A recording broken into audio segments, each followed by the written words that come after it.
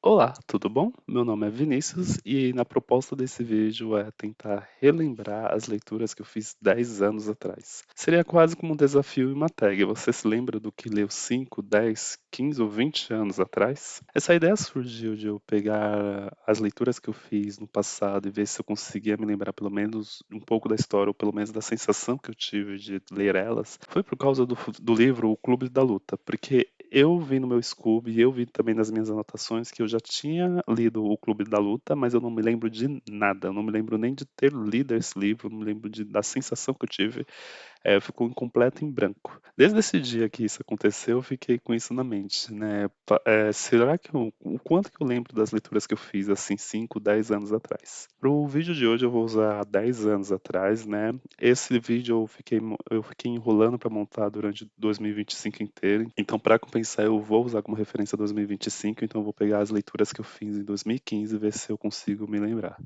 Mas com certeza isso vai ser bem interessante e eu vou querer fazer isso com 2016 e assim por diante. E como eu cheguei na lista de livros, eu mantenho o Scooby extremamente atualizado, mas eu também, paralelamente ao Scooby, eu também tenho um controle, né, uma planilha que eu vou anotando as minhas leituras assim há muitos e muitos anos, né? Então tem as informações dos livros que eu li assim continuamente desde 2010 e também 2006 e 2007, mas aí são 2 anos soltos. Esse meio que controle, essa organização que eu faço é mais por mania mesmo minha, porque eu gosto de fazer esses tipos de comparações, porque eu gosto de fazer esse tipo de organizações para fazer comparações assim do quantas páginas eu li por ano, quantos livros eu li a cada ano.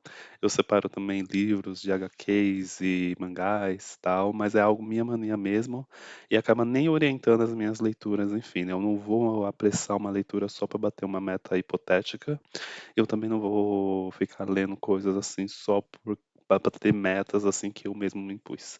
É só porque eu gosto de fazer esse tipo de comparação e ver assim, olha, esse ano eu consegui ler mais, esse ano um pouco menos. Eu gosto porque eu consigo ver os anos anteriores, os anos que eu tinha mais tempo para ler e eu conseguia ler bastante, tipo 2015, né, que foi um ano que eu li bastante, e relembrar essa época também, assim, apenas vendo esses números assim de como era a minha rotina na época e também quais livros eu estava lendo no momento. E assim, né, antes de começar, né, explicando assim, deixando claro quais livros eu vou usar como referência para montar, para comentar aqui, eu não coloquei nenhum mangá, nenhum HQ, nenhuma quadrinhos assim para não misturar, então eu só deixei os livros de romance, contos e etc. Deixei apenas os livros que eu li completos em 2015, com exceção de 2 livros que eu abandonei em 2015 e mais que eu ainda me lembro os motivos que me levou a abandonar esses livros. Então também vou comentar brevemente aqui com vocês. Então vamos lá? Então aqui já mudei minha tela, fiquei aqui escondidinho aqui no canto, mas eu vou começar agora a falar sobre os livros que eu abandonei em 2015, né? Um deles foi o João Guimarães Rosa, né? Grande Sertão Veredas. Quem já pegou para ler esse livro sabe que a leitura dele é bem diferente. É uma leitura assim que não flui assim tão bem, né?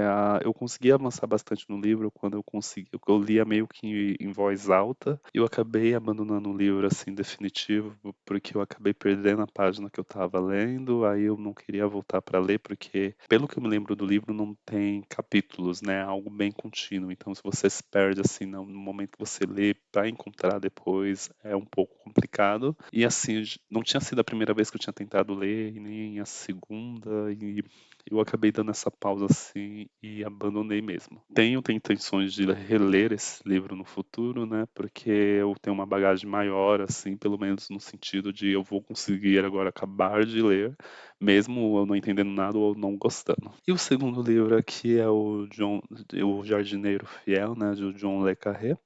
Esse livro em si, eu estava tendo uma mega dificuldade de avançar, né? Parecia que a leitura não rendia, parecia que o texto, assim, não avançava, assim, uma sensação muito estranha, assim, de ler esse livro. Até que eu vi um vídeo de uma YouTube, assim, que eu não conhecia no momento, que é chamada Isabela Lubrano, Ler Antes de Morrer, né, em 2015. Ela falando justamente desse livro, que ela também abandonou, e falou os motivos que levou ela a abandonar, que foi basicamente, ela colocou em palavras aquilo que eu senti no momento que eu estava tentando batendo cabeça para avançar nesse livro, né. Que parecia um texto muito truncado, assim, parecia que o problema realmente foi na tradução desse livro aqui para o Brasil, que deixou o texto parece um pouco truncado, não sei se é assim no original, né, eu nunca vou saber, porque eu acho que o original é em francês. Então esse livro no momento, assim, eu não sei se eu vou querer tentar de novo no futuro, talvez se tiver uma nova tradução, uma outra oportunidade, ou eu leio em outro idioma como inglês, assim, para ver se é realmente o problema da tradução ou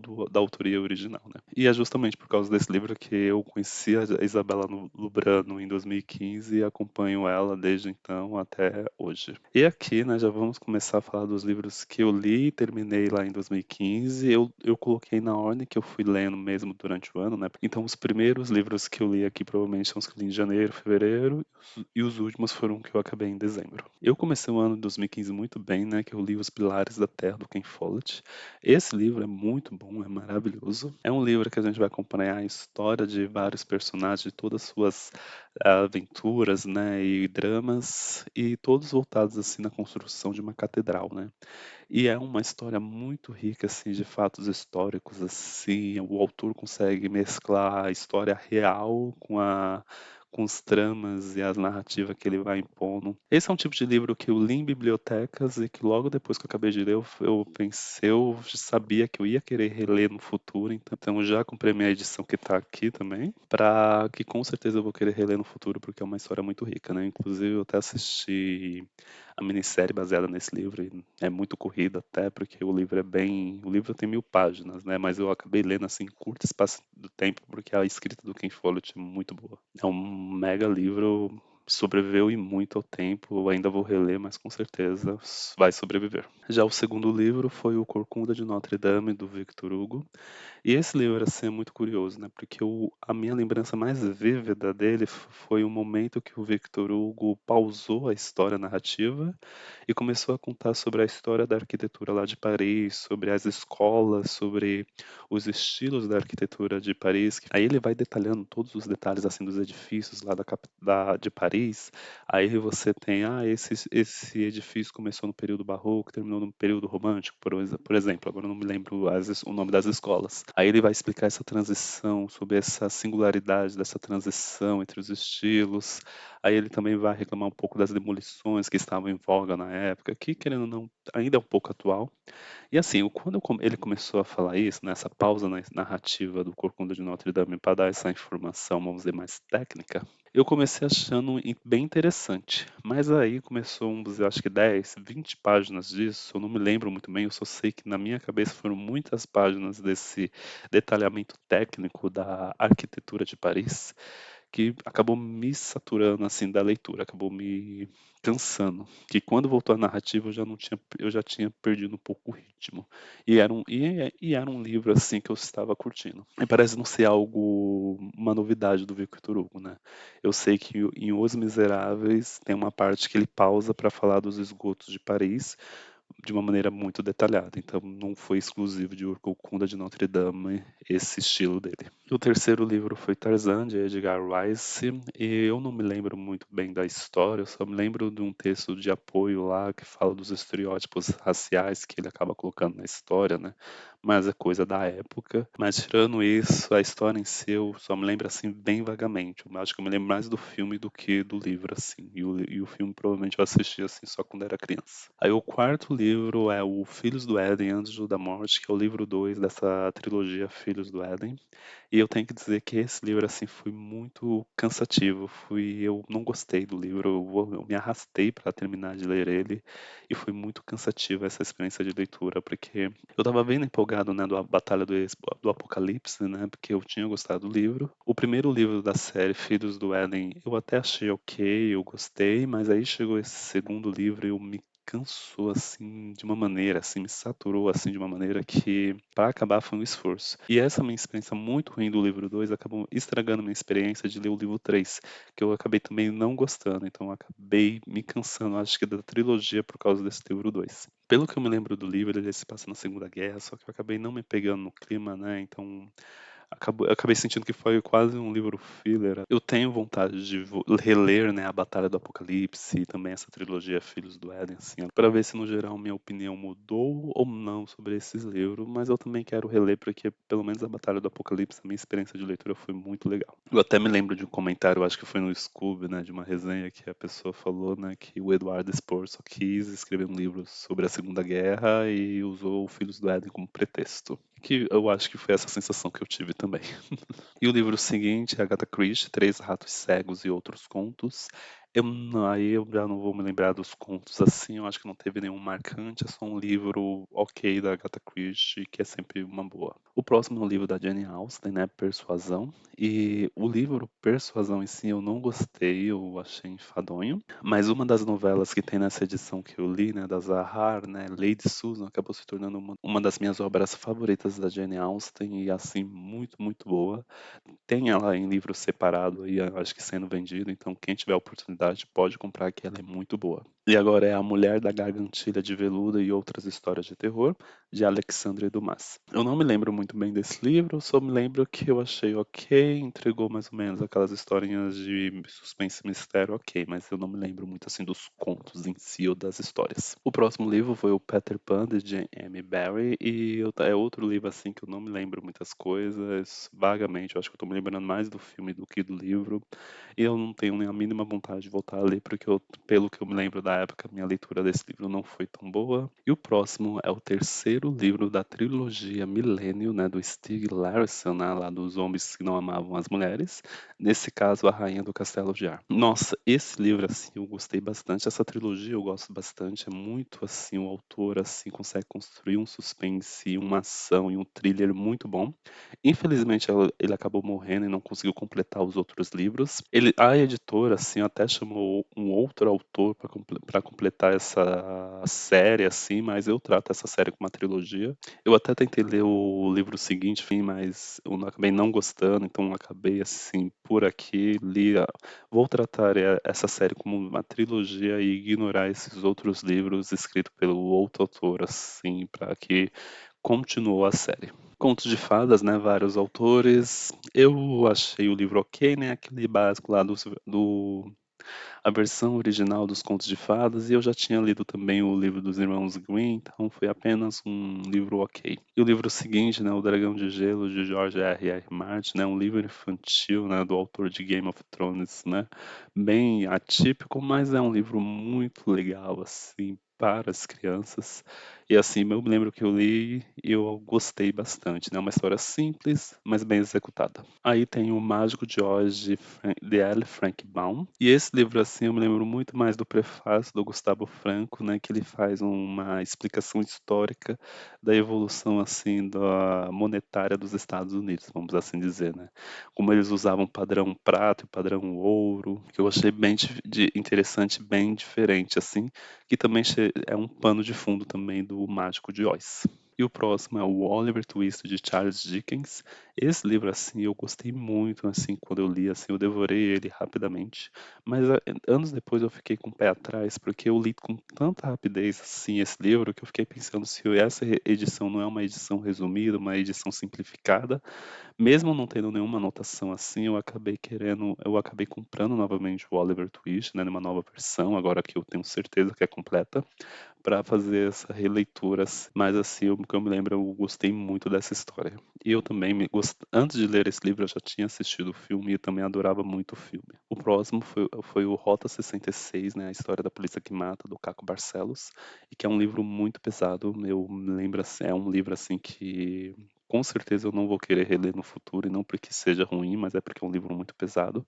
Então, em vários momentos eu tive que parar de respirar, assim, porque as histórias eram bem, assim, densas.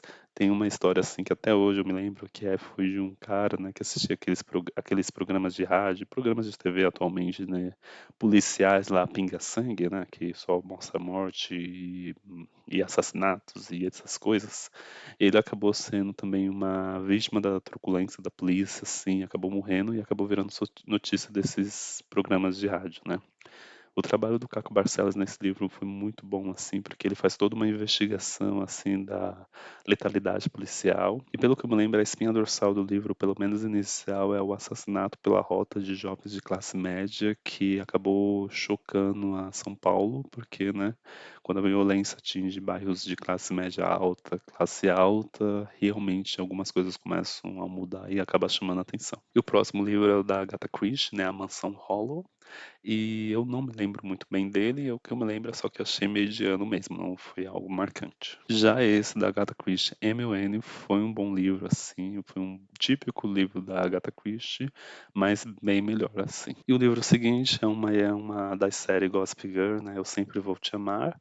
Eu acho que não, eu não sei se esse é o prequel, um que acontece anos depois do que aconteceu, só sei que eu já não vou ter capacidade de diferenciar, assim, pela capa o conteúdo de cada livro da série. Era apenas uma série de entretenimento que eu li assim para amenizar o impacto de ler livros mais densos e mais ou com uma escrita mais complexa. Que, por exemplo, é O Crime do Padre Amaro, de Eça de Queiroz, que é um livro assim que o enredo é muito interessante, né? O plot do livro é muito interessante, mas a execução do Eça de Queiroz me deixou enfadado, né, me deixou cansado, assim, durante a leitura. E assim, né, não é um livro ruim, né, só que acaba ficando cansativo, né, mesmo o plot sendo polêmico, acaba ficando cansativo. Então a história acaba sobrevivendo mais porque é bem interessante do que necessariamente na execução. E claro, eu li a trilogia dos Jogos Vorazes 10 anos atrás, né, que eu estou tentando liberar esses vídeos dessa trilogia antes que esse janeiro acabe, mas assim, até um pouco injusto falar deles, né? Porque eu acabei relendo recentemente, então. Mas mesmo antes da releitura, a trilogia estava muito viva na minha mente. É uma trilogia, assim, que realmente me marcou e realmente vale a pena ser lida e relida, assim. O próximo livro é o Senhora, do José de Alencar, que... O próximo livro é o Senhora, do José de Alencar, que eu não me lembro da história, sinceramente. Eu li, assim, também eu não curti muito da história, então eu acabei de ler mais por um esforço próprio do que realmente por estar curtindo a história até o final. E agora, de 10 anos depois, eu não me lembro mais da história. E o próximo livro é o 12 Anos de Escravidão, do Solomon Northup, que era um livro que estava em destaque na época, né, por causa do filme, né, e ganhador do Oscar. E é um livro, assim, com uma história por trás pesada, né, porque a gente está vendo um ponto de vista de uma pessoa que nasceu livre, foi sequestrada para a escravidão, e ainda depois conseguiu ser livre novamente. A trama em si é muito boa e também para entender mais o contexto histórico de como era a sociedade escravista no sul dos Estados Unidos daquela época também é uma ótima oportunidade de você ver do ponto de vista de um escravizado. E eu acho que para equilibrar, logo em seguida eu também li o Agapinho, do padre Marcelo Rossi, que eu sempre pego essas coisas aleatórias para ler, tá, gente? Então não é nenhuma surpresa ter, tipo, 12 anos de escravidão e logo depois o Agapinho. Pelo que eu me lembro, é um livro bom para as crianças, simples e direto. E aqui vem já uma das minhas maiores decepções de 2015, que eu me lembro até hoje, que eu me revoltei porque eu peguei o livro com grandes expectativas e é um livro muito ruim, que foi o livro Perdido das Bruxas de Salem, de Catherine Howell. E assim, gente, foi uma mega decepção, assim, hoje esse livro, eu me lembro que é um clichê, assim, mal feito, que eu achei horrível, então não recomendo, assim, eu só me lembro que eu odiei. Aí tem o Hipnotista, né, de Lars Kepler, né, e eu acho que eu me lembro que esse Lars Kepler não existe, né, é um casal que usa esse nome para publicar os livros, mas eu não me lembro dessa história de O Hipnotista, né? E o que eu me lembro é que eu apenas achei o livro ok. E logo em seguida tem O Lado Bom da Vida, do Matthew Quick, outro livro que eu me lembro, acho que mais do filme do que do livro. E esse livro acabou me marcando mais por outra coisa aleatória, né? Porque eu acabei perdendo um marca-página muito bonito lendo esse livro no transporte público, assim, da vida, metrô da vida. E o próximo livro é uma autobiografia da Malala, né? Eu sou Malala, que ela fez junto com uma jornalista lá, Christina Blamby, e eu acho que eles conseguem, elas conseguiram abordar toda a história da Kamala junto com o contexto histórico do Paquistão de uma maneira muito boa, e a história da Malala, assim, para quem não conhece, é muito emocionante, né? Ela levou um tiro assim na cabeça por no caminho da escola, né, porque o Talibã tinha proibido as garotas de estudar. Então, ela quase morreu porque ela queria ir apenas ir para a escola. E eles, assim, a Cristina Lembra, eu acho que fez um ótimo trabalho, assim, também de pegar as informações, assim, sobre o Paquistão e também o contexto, assim, do como o fanatismo religioso começou, assim, a crescer na população, né. Eu me lembro de uma parte que ela fala sobre que eles desmataram uma parte lá da região que continha chuvas, né, quando chovia, a parte da floresta amenizava os impactos da chuva, né, porque a água não avançava tão rápido. A partir do momento que desmataram, na hora que teve um temporal muito forte, alagou tudo e acabou causando uma tragédia, e que foi também uma das portas de entrada do fanatismo, né, porque usando algo que o homem causou, começaram a falar que foi culpa de Deus, foi um castigo, aí por aí vai, e aí o fanatismo vai crescendo até chegar no nível que o fanatismo religioso chega ao poder de fato e impõe a sua agenda. Aí tem um primeiro volume, eu acho, das Crônicas de Spiderwick, são livros assim que eu li apenas por serem leitura rápida e fácil, mas eu não gostei e não me lembro muito bem como é que são as histórias. Tem o Agatha Christie, Cartas na Mesa, que eu lembro que esse livro assim tem um plot twist no final muito bom, então não dá pra contar, e no final eu acabei gostando bastante. O volume 2 das Crônicas de Spiderwick, a minha mesma opinião do volume um, não altera em nada. Aí vem agora o Mago, livro um, Aprendiz, né? E eu achei horrível, né? Um clichê mal escrito assim, que não me convenceu, né? Eu acho que esse livro é adaptação de um jogo para livro, eu acho que nunca sai algo bom desse tipo de adaptação. E o próximo livro é o Trono do Sol, de S. L. Farrell. E esse livro com certeza veio naquela onda lá das Crônicas de Gelo e Fogo. É um livro assim que eu me lembro que eu gostei bastante da construção do universo. Eu achei muito curioso os costumes específicos, né, da construção da sociedade que o autor coloca no livro, né, que é uma sociedade, eu acho que matriarcal, né. Ao contrário da linhagem ser feita através do pai, a linhagem são feitas através da mãe. Então achei muito interessante isso e também outras coisas específicas da história que eu me lembro que eu gostei. Com certeza tem outros volumes, mas eu acabei só lendo esse. E agora que eu fiz esse trabalho de relembrar 2015, eu acabei relembrando esse livro e talvez eu vá atrás para reler ele e também ver se já tem outros lançamentos e se essa série já acabou de ser publicada, ao contrário de As Crônicas do Gelo e Fogo. E aqui tem um livro polêmico, né? Talvez polêmico, né? Que é O Vento Levou, de Margaret Mitchell, né?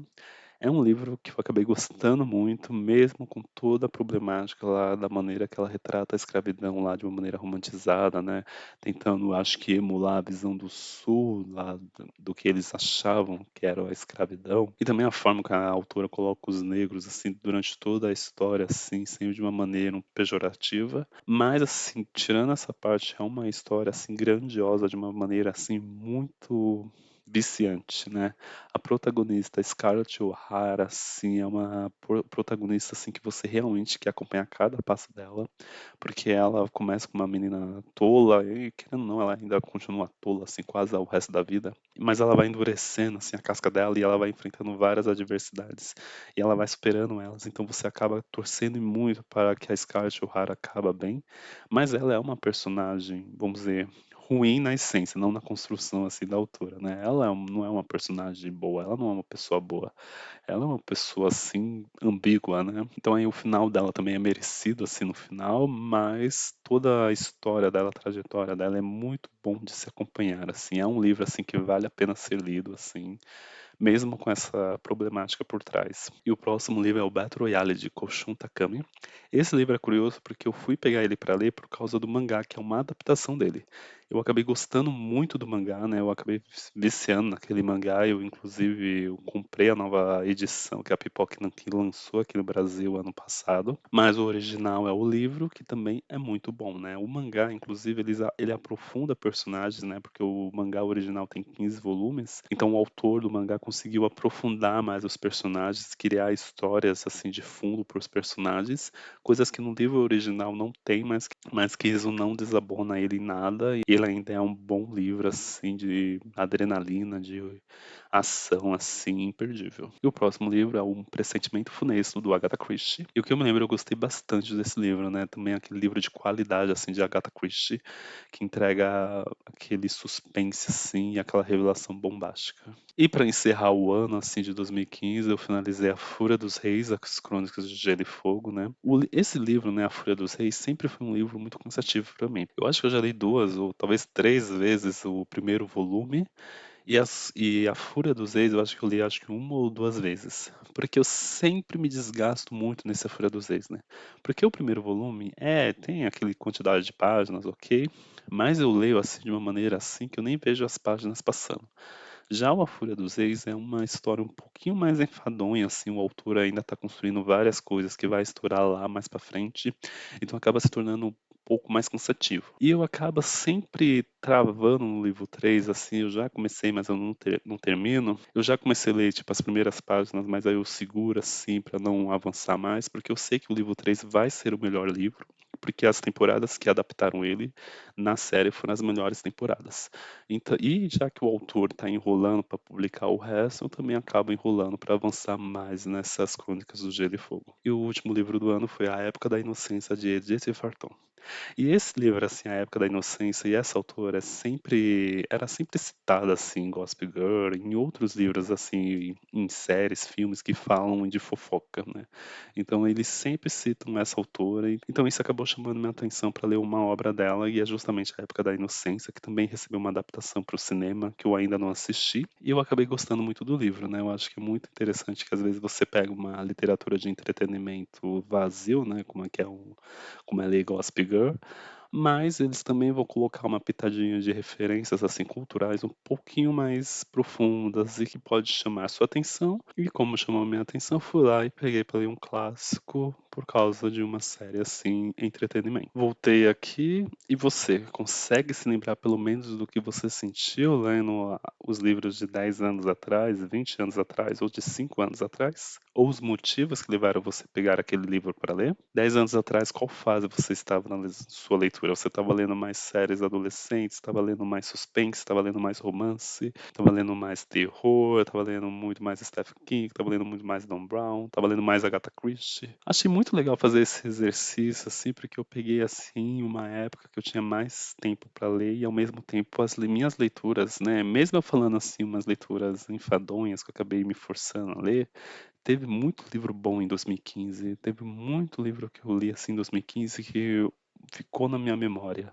Então, valeu muito a pena relembrar eles, né, inclusive já até aumentou minha lista de leitura, porque agora eu quero continuar lá O Trono do Sol. Assim, eu recomendo vocês fazerem esse tipo de experiência, para quem não tem anotado nem no Scoob, nem em nenhum lugar, começa a anotar os livros que você vai ler esse ano, para daqui a 5, 10 anos você pegar essa lista e começar a relembrar.